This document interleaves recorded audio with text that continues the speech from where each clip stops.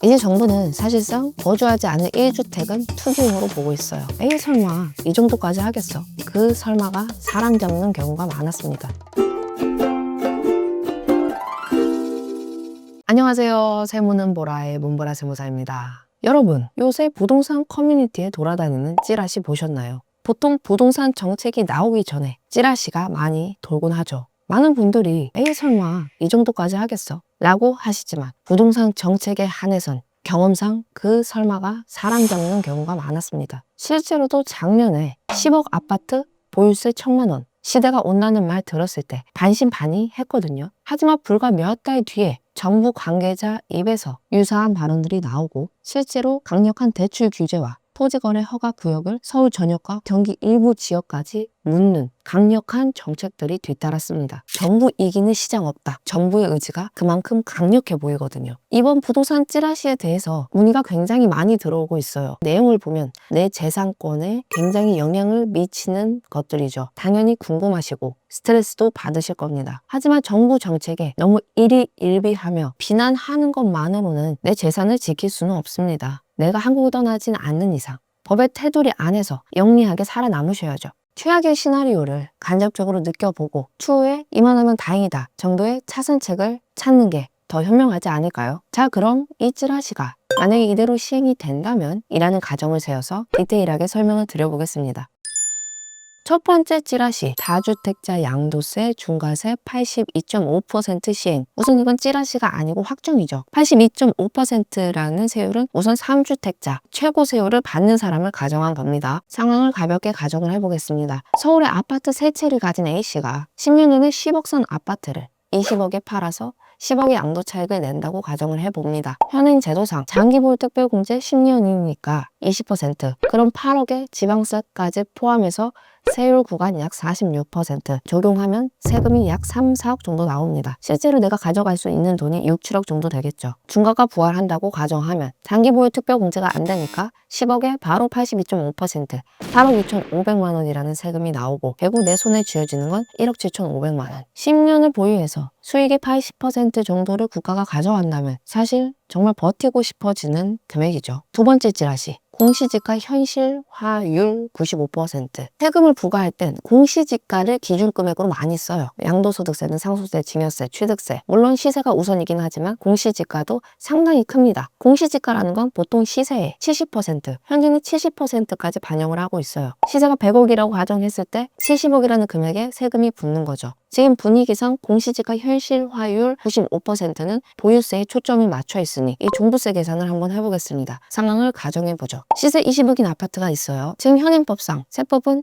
공시가율을 70%를 적용하고 있으니 약 14억이라는 기준금액의 세율이 붙습니다. 14억에 대해서 1세대 1주택이라고 가정할 때 종부세를 계산해보면 약 60만 원이 나와요. 그게 부담이 되는 금액은 아니죠. 자산가치에 비해서. 자, 이 찌라시를 적용을 해볼게요. 공시지가가 시세의 95%면 기준금액이 19억이 됩니다. 종부세 계산해보면 약 294만 원 정도가 나와요. 거의 5배 차이입니다. 이 정도까지는 좀 괜찮다고 생각할 수 있어요. 자, 여기서 제가 추가로 더 가정을 해볼게요. 공시지가 현실화율을 95%에 이번에 공정시장 가액 비율을 60%에서 100%를 적용한다고 가정을 하면 종합부동산세가 약 700만 원 정도가 나옵니다. 그럼 세금이 약 12배 정도가 올라갑니다. 여기서 마지막으로 거주 안 한 사람에게 더 불이익을 준다고 가정을 합니다. 현재는 1세대 1주택자의 경우 12억을 먼저 공제를 해주거든요. 이 금액까지 없애고 비거주자에 한해서 세율 구간을 올린다고 가정을 할게요. 그렇게 되면은 12억 공제 안 하고 시세 20억이니 보유세율 3.5%를 가정하면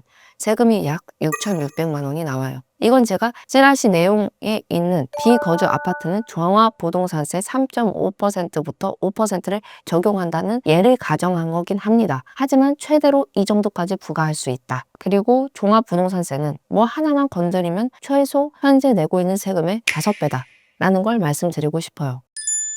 세 번째 찌라시, 1주택자 장기보유특별공제 폐지. 폐지까지는 아닐 텐데 차등 적용이 요새 말이 많이 나오고 있죠. 양도차익 구간별로 차등해서 장기보유특별공제를 주겠다. 이제 정부는 사실상 거주하지 않는 1주택은 투기용으로 보고 있어요. 똘똘한 한 채 가격이 선을 넘었다는 거죠. 대통령도 직접 말씀을 하셨죠. 살지도 않는 집에 세금 혜택을 주는 게 이상하지 않나. 사실상 그동안 10년 보유, 10년 거주, 80% 공제는 엄청 큰 공제이긴 했습니다. 현재 많이 나오고 있는 건 현재 보유 4%, 거주 4%, 연 8%의 체계를 유지는 하되 양도 차익 구간에 따라서 공제율을 깎는 거예요. 이 차등 적용 방식은 이미 문재인 정부 때 한번 논의가 되었다가 거센 방발로 무산된 적이 있습니다. 대략 이런 거예요. 양도 차익이 5억 미만인 경우엔 이전과 동일하게 보유 4%, 거주 4% 인정을 다 해줘서 10년 보유 거주했을 때는 80%를 받을 수 있지만 5억에서 10억인 구간은 거주는 40%를 해주되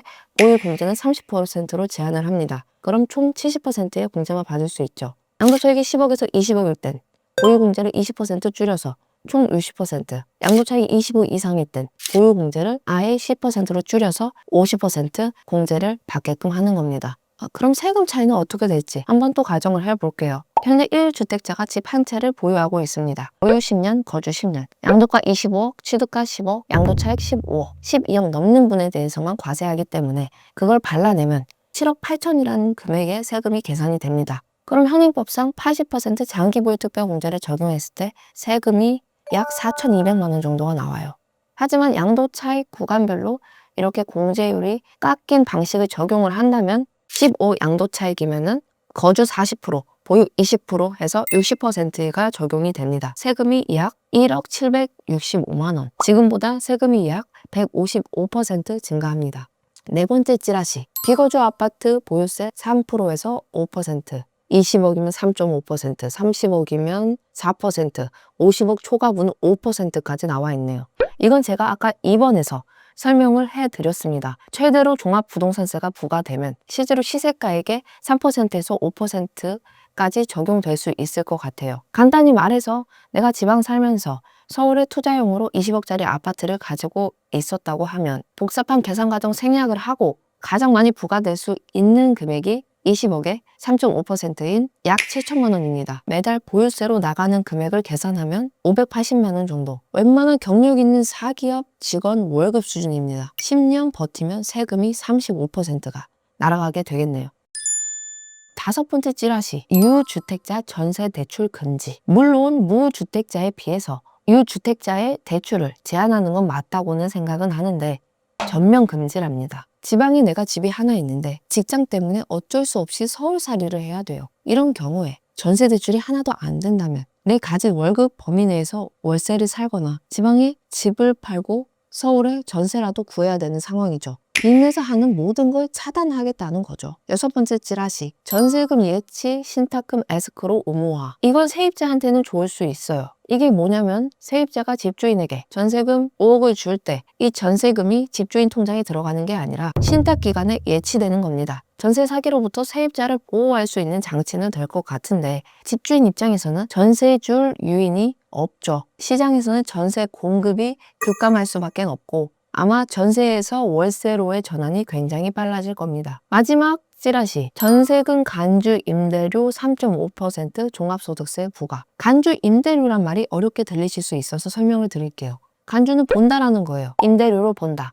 임대료가 아니지만 본다예요. 우리가 현재 월세 소득에 대해서만 주택 임대 소득으로 보아 과세를 하고 있습니다. 물론 부부 합산 3주택 이상인 경우 전세금에 대해서도 간주 임대료를 계산을 하게 되어 있어요. 즉 임대료를 받진 않았지만 전세금을 은행에 넣었을 때 받을 수 있는 이자율을 임대료로 간주해서 과세를 하겠다는 거예요. 현행법상 최대한 간주 임대료를 과세를 안 하게끔 3주택 이상 전세 보증금에 3억을 빼고 60%를 곱한 금액에 예금 이자율을 곱해서 산정을 하고 있거든요. 그래서 부담이 크진 않습니다. 초고가 주택을 여러 채 가지고 있진 않은 이상. 또 상황을 가정해보죠. 전세 10억을 내놓는 집주인이 있어요. 현행법상 10억에 3억을 제외한 금액의 60%, 4.2억에 정기예금 이자율 3.1%를 곱해서 연 1,300만 원의 간주 임대료가 발생을 합니다. 하지만 찌라시를 적용을 했을 땐 이런 공제 등을 무시하고 주택수 무시하고 10억에 3.5%면 연 3,500만 원. 이 금액을 임대 수익으로 보아 과세를 하겠다는 거죠. 내가 추가 다른 소득이 있을 경우 이 임대 소득과 합산돼서 종합소득세는 몇 천만 원 이상이 나올 수가 있습니다. 실제로 당장 들어온 돈이 없는데 이걸 소득으로 잡아서 매 과세 기간마다 세금을 내야 된다고 하면 부담이 상당하겠죠. 여러분, 오늘 살펴본 내용 다소 극단적으로 느껴지시나요? 여러분들 병원 가시면 의사분들이 병에 대해서 앞으로 어떻게 될 거냐라고 정확하게 진단을 내려주시나요? 보통은 최악의 상황을 가정해서 말씀을 드립니다. 제가 말씀드린 것도 여러분들에게 두려움을 드리려는 게 아니고 이 최악의 시나리오를 가정을 한번 해보고 그 안에서 내가 어떻게 대처를 해야 되고 대응을 해야 할지를 고민해 보셨으면 좋겠다는 마음입니다. 오늘 영상 도움이 되셨으면 좋겠습니다. 이상으로 세무는 보라의 문보라 세무사였습니다.